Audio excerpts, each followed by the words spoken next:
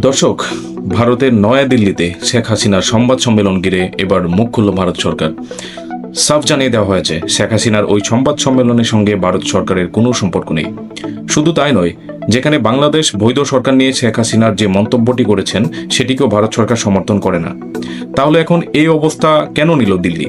আর শেখ হাসিনা দেশে ফেরার ঘোষণার পর বাংলাদেশ ভারত সম্পর্কে কি তৈরি হচ্ছে নতুন কোনো সমীকরণ?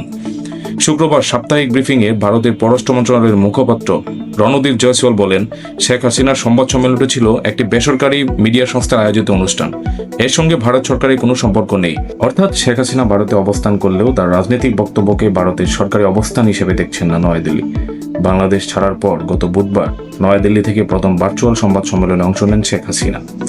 সেখানে যিনি আবার জানান, আগামী ডিসেম্বরের মধ্যে বাংলাদেশে ফিরতে চান তিনি।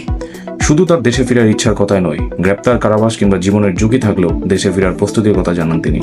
শেখ হাসিনার বক্তব্যের মূল বার্তা ছিল, তিনি তার মানুষের কাছ থেকে দূরে থাকতে চান না এবং শেষ পর্যন্ত দেশে ফিরতে চান। এই বক্তব্যের পর বাংলাদেশের রাজনৈতিক অঙ্গনে নতুন করে শুরু হয়েছে তীব্র আলোচনা। শেখ হাসিনার ভার্চুয়াল বক্তব্যে তীব্র প্রতিক্রিয়ার কথা জানিয়েছে বাংলাদেশ।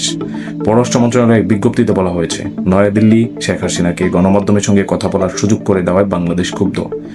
বাংলাদেশ সরকারের অভিযোগ, এই বক্তব্যে শেখ হাসিনা ও তার সহযোগীরা বাংলাদেশ রাষ্ট্র ও জনগণের বিরুদ্ধে ঘৃণ্যমূলক বক্তব্য দিয়েছে। এছাড়া বাংলাদেশ সরকারের পক্ষ থেকে বলা হয়েছে, জুলাই বিপ্লবের দ্বিতীয় বার্ষিকীর সময় ভারতের মাটিতে শেখ হাসিনার এমন বক্তব্য বাংলাদেশের সার্বভৌমত্বের প্রতি অবমাননাকর ও আন্দোলনের নিহতদের প্রতি গুরুতর অপমান। বাংলাদেশের পররাষ্ট্র মন্ত্রণালয়ের বিজ্ঞপ্তিতে আরও বলা হয়, 2024 সালের আগস্ট কিংবা সহিংসতা, বেসামরিক নাগরিক হত্যাকাণ্ড নিয়ে জাতিসংঘের সমর্থিত তথ্য স্বীকার বাস্তবতাকে বদলে দেওয়ার চেষ্টা। সরকারের ভাষ্য অনুযায়ী বাংলাদেশ জনগণ অতীতেও এই ধরনের প্রচেষ্টা প্রত্যাখ্যান করেছে, এখনও করছে। তবে এখানে একটি গুরুত্বপূর্ণ বিষয়, এসব বক্তব্য বাংলাদেশ সরকারের অবস্থান, অন্যদিকে শেখ হাসিনা ও তার নিজের বক্তব্যের এইসব অভিযোগের সঙ্গে ভিন্নমত পোষণ করেছেন।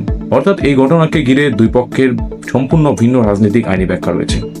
আসলে শেখ হাসিনার সংবাদ সম্মেলন নিয়ে ভারতের পক্ষে এমন কোনো বক্তব্য এবারই প্রথম নয়।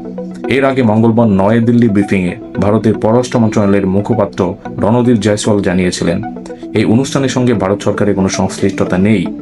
তিনি বলেন, অনুষ্ঠানটি একটি বেসরকারি সংস্থা আয়োজিত ও সেখানে প্রকাশিত মতামতকে ভারত সরকার সমর্থন করে না। অর্থাৎ দিল্লির বার্তাটি বেশ পরিষ্কার, শেখ হাসিনা ভারতে অবস্থান করেছেন, এটি একটি বিষয়, কিন্তু তার রাজনৈতিক বক্তব্যের দায় ভারত সরকার নিচ্ছে না। এখন সবচেয়ে বড় প্রশ্ন, শেখ হাসিনা কি সত্যি ডিসেম্বরের মধ্যে বাংলাদেশে ফিরবেন? ফিরলে তার বিরুদ্ধে চলমান আইনি প্রক্রিয়া কিভাবে এগোবে? আর ভারত কি শেষ পর্যন্ত তাকে বাংলাদেশে ফেরত পাঠানোর সিদ্ধান্ত নেবে কিনা? এই প্রশ্নগুলোর উত্তর এখনো নিশ্চিত নয়। তবে একটি বিষয় স্পষ্ট, শেখ হাসিনার দেশে ফেরার ঘোষণা, ঢাকার তীব্র প্রতিক্রিয়া, নয়াদিল্লির দূরত্ব বজায় রাখার বার্তা, তিনটি ঘটনায় বাংলাদেশ ও ভারত সম্পর্ককে নতুন করে আলোচনার কেন্দ্রে নিয়ে এসেছে। দর্শক, দেখতে থাকুন শেষ পর্যন্ত কি হয় এবং আমাদের সাথে থাকুন। ধন্যবাদ সবাইকে।